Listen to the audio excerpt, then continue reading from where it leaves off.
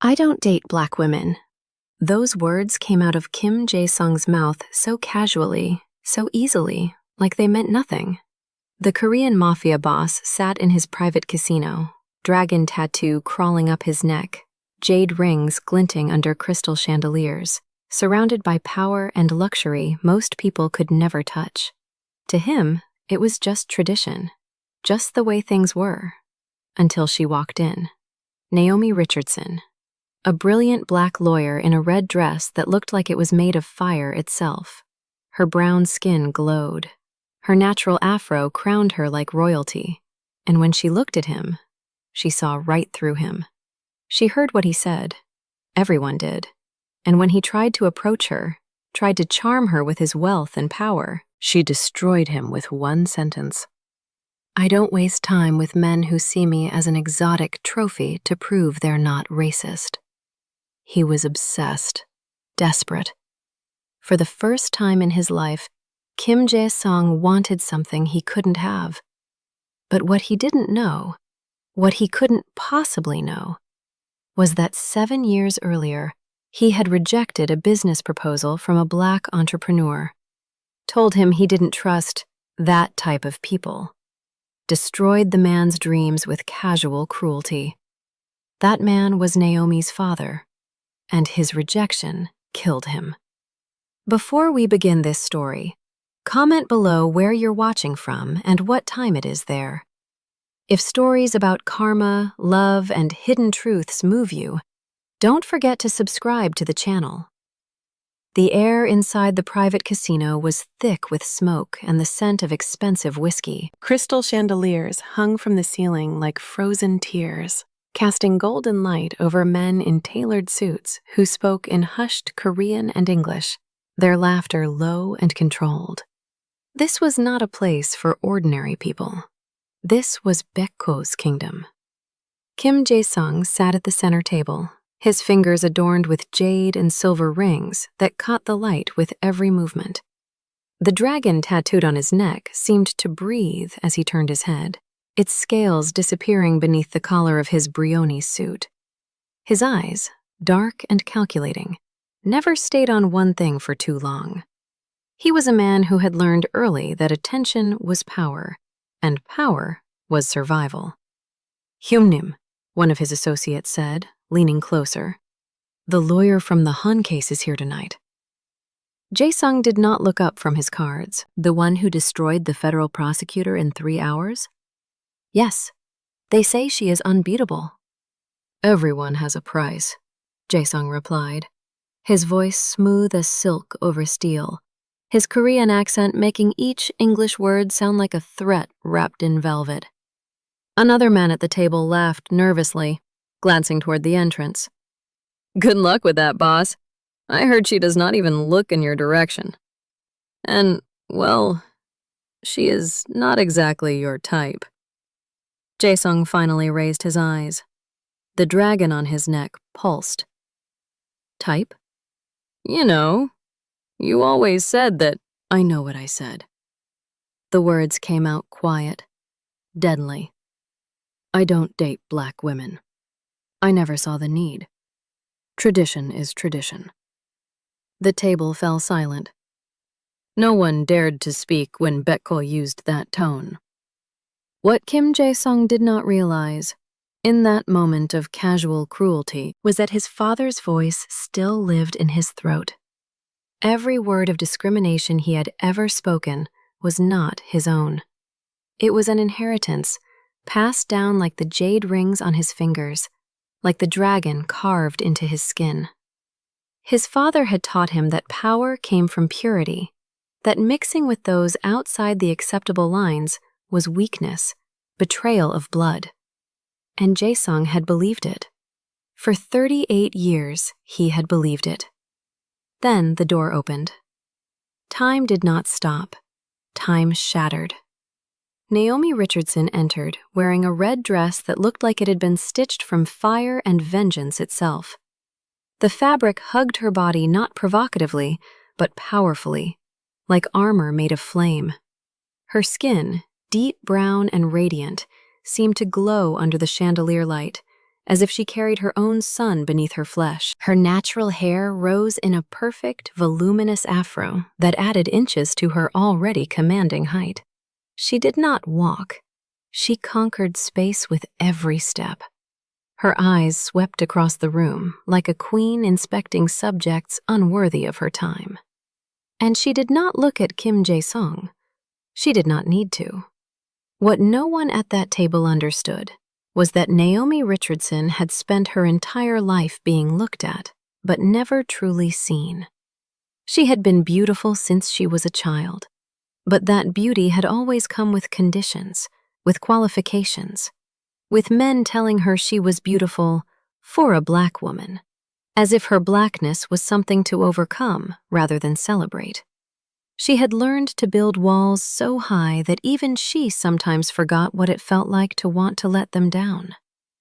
Jae-sung felt something inside his chest crack. His hand gripped the cards so tightly they began to bend. His jaw clenched, making the dragon on his neck writhe as if trying to escape his skin. His breathing faltered for just 1 second, but it was 1 second too long. Every man at his table noticed.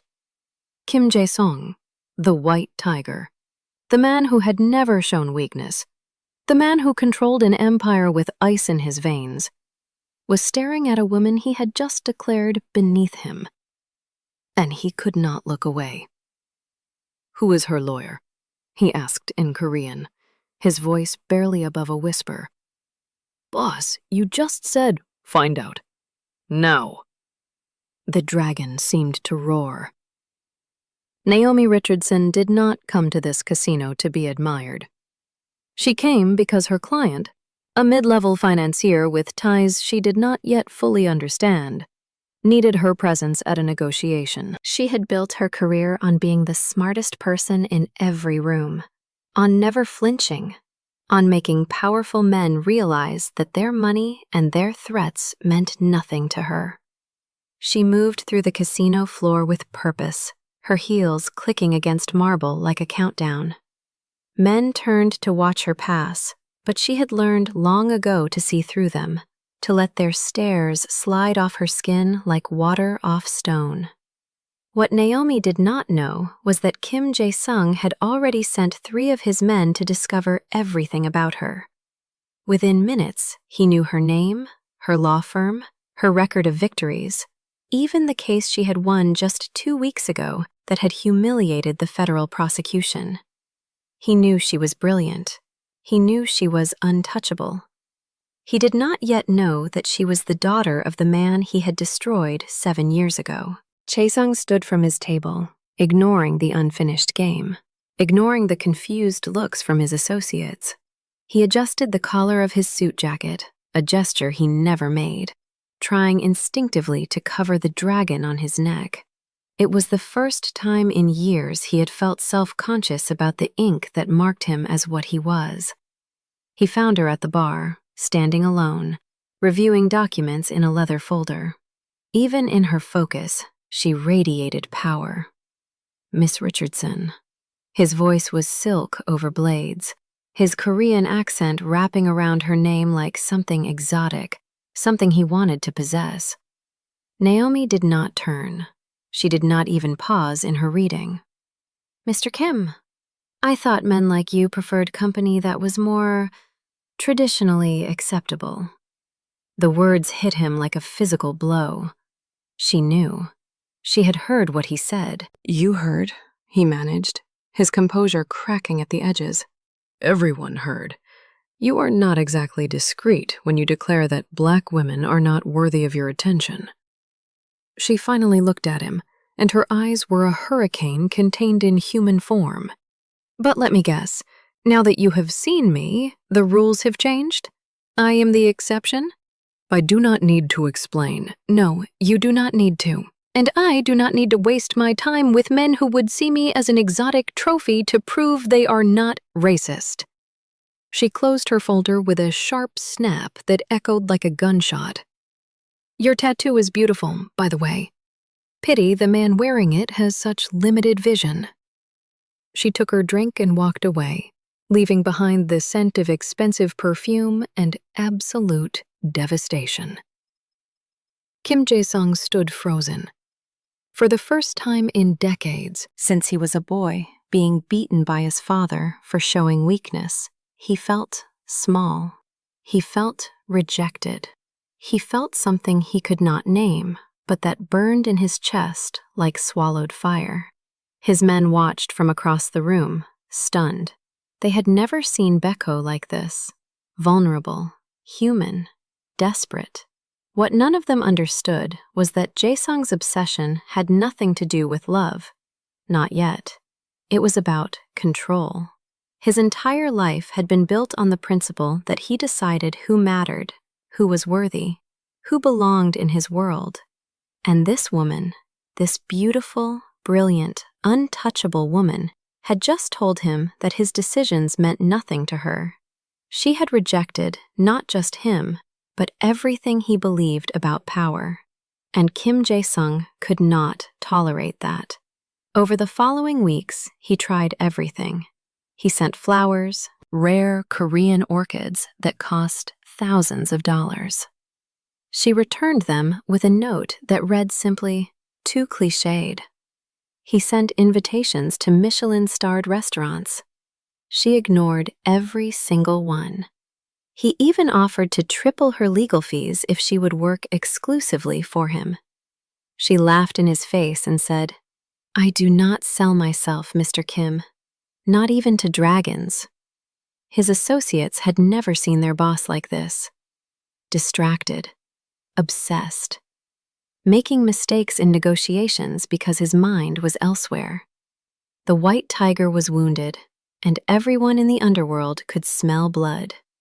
But what Jae-sung did not know, what he could not possibly know, was that Naomi Richardson carried her own wound.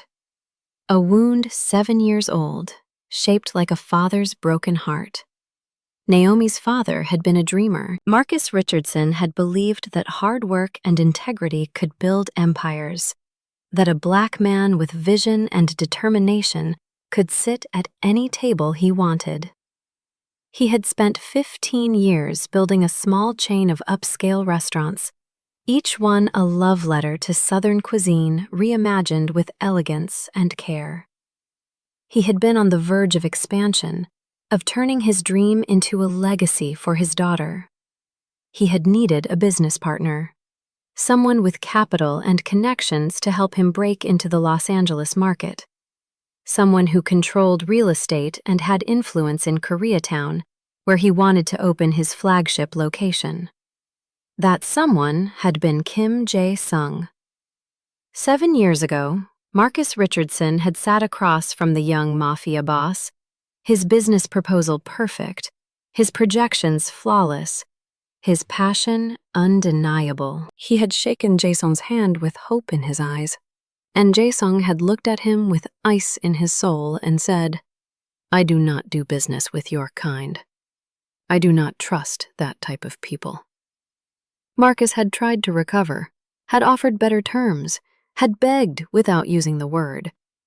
But Jae-sung had already stood up, the dragon on his neck catching the light as he walked away without another word. What Kim Jae-sung did not see was what happened after. He did not see Marcus Richardson sitting in his car for an hour, hands shaking on the steering wheel, trying to breathe through the humiliation. He did not see the banks that rejected Marcus's loan applications because without Jae-sung's partnership, the risk was too high. He did not see the restaurants closing one by one, the dream dying in slow motion. He did not see Marcus working himself to exhaustion, trying to save what could not be saved. He did not see the heart attack that killed Marcus Richardson 2 years later, at 53 years old, his body found slumped over financial documents he could no longer pay. And he certainly did not see 19-year-old Naomi Richardson standing at her father's funeral, making a promise over his casket that she would never, ever let anyone make her feel powerless again. Now, 7 years later, Jae-sung orchestrated his 4th accidental meeting with Naomi at an art gallery opening. She arrived in a gold dress, her hair styled in intricate twists that framed her face like a crown. She was speaking with a collector when she felt his presence behind her. "You are persistent," she said without turning around. "You are worth being persistent for," he replied. She turned then, and he saw something in her eyes he had not seen before. Not just anger, something deeper, something that looked almost like grief. "Do you think you can buy me?" she asked, her voice quiet but sharp as a scalpel. "You spend your entire life saying that women like me are not worthy, but when one takes your breath away, you think you can snap your fingers?" "I was wrong," he said, and the words tasted like acid in his mouth. His pride, his Korean upbringing, everything in him screamed against this admission. "About you. About everything." "Were you wrong about me, specifically, or about all Black women?" She stepped closer, dangerously close. He could smell her perfume, could see every perfect detail of her skin, could feel heat radiating from her body. "Because if I am just the special exception, you have not changed anything, Mr. Kim. You just want a different kind of trophy for your collection." Jae-sung had no answer. For the first time in his life, words in Korean or English abandoned him completely. But then, everything changed. Naomi's client, the financier she had been defending, turned out to have connections to a Chinese triad, Jae-sung's rivals. Someone planted evidence linking Naomi to money laundering and corruption. Her impeccable career, built on years of perfection and determination, was suddenly at risk. Her law license could be revoked. Everything she had built since her father's death could be destroyed. She appeared at Jae-sung's office at 2 a.m, all her armor shattered. "I need help," she said, and he saw tears she was desperately fighting to contain. Jae-sung dismissed all his guards with a single gesture. For the first time, it was just the two of them, alone in the vast office with its floor-to-ceiling windows overlooking the city lights. Naomi stood in the center of the room, her shoulders trembling slightly, her pride bleeding from wounds only she could see. "Sit down," he said gently, and the gentleness surprised them both. For 3 weeks they worked together. Jae-sung used every resource his criminal empire possessed: hackers in Seoul, informants embedded in the triad, lawyers who owed him favors they could never repay. He dismantled the conspiracy against her piece by piece, exposing the planted evidence, revealing the men who had tried to destroy her. But something else happened during those 3 weeks. In the quiet hours of the night, when they sat across from each other reviewing documents and strategies, walls began to crack. He taught her words in Korean.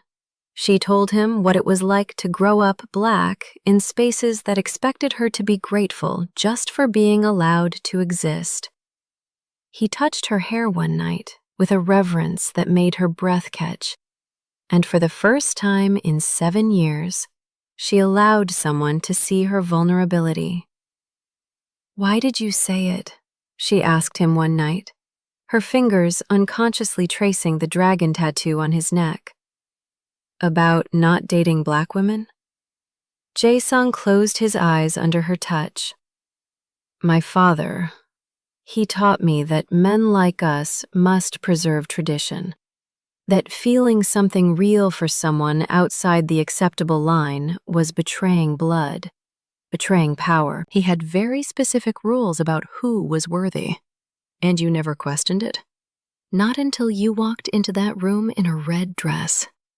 He captured her hand, pressing it against the dragon on his neck, "and made me feel that my entire empire meant nothing if I could not have 5 minutes of your attention. You are the most beautiful thing I have ever seen in my life, and that terrifies me." Naomi felt tears finally fall. "I do not want to be your redemption, Jae-sung. I do not exist to fix men broken by toxic traditions." "I know." He moved closer, touching her face like someone touching something sacred. "But you made me realize I was broken. And that is more than anyone has accomplished in 38 years. They cleared her name. The rival was exposed. Naomi was free. But then she found the documents. Old business files that her new access to Jae-sung's records revealed. A proposal from 7 years ago. Marcus Richardson's name typed across the top. And Jae-sung's handwritten note in the margin. "Rejected. Do not trust this type." The world stopped spinning. "You destroyed my father," Naomi whispered, her eyes burning with tears and fury she could barely contain. "And now you want to save me? To love me?" Jae-sung did not deny it. He did not look away. "I was that man, full of prejudice my father planted in me. His voice broke. "I cannot undo it." "But my father never got the chance to see you change." She grabbed her things, the gold dress now seeming like it was made of broken dreams. "He died thinking he was not good enough. Just like you made me feel I was not good enough until you wanted me." She walked out of his life. 6 months passed like a wound that would not close.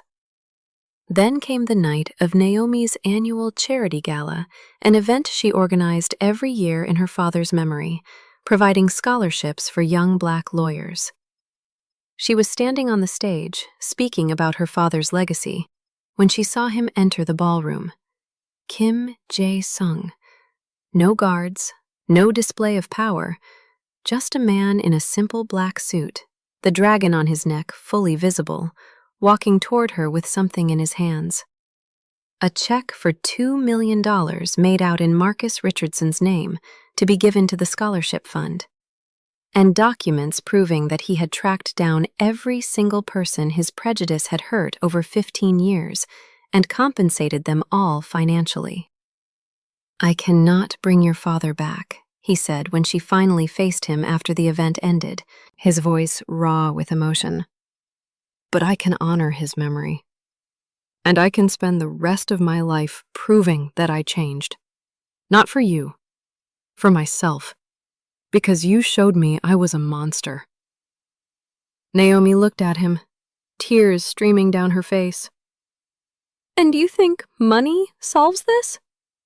"No, nothing solves this." He took a shaky breath. "But it is a start. And if you give me the chance, I will spend every day being worthy not of you, but of being the man you made me want to become."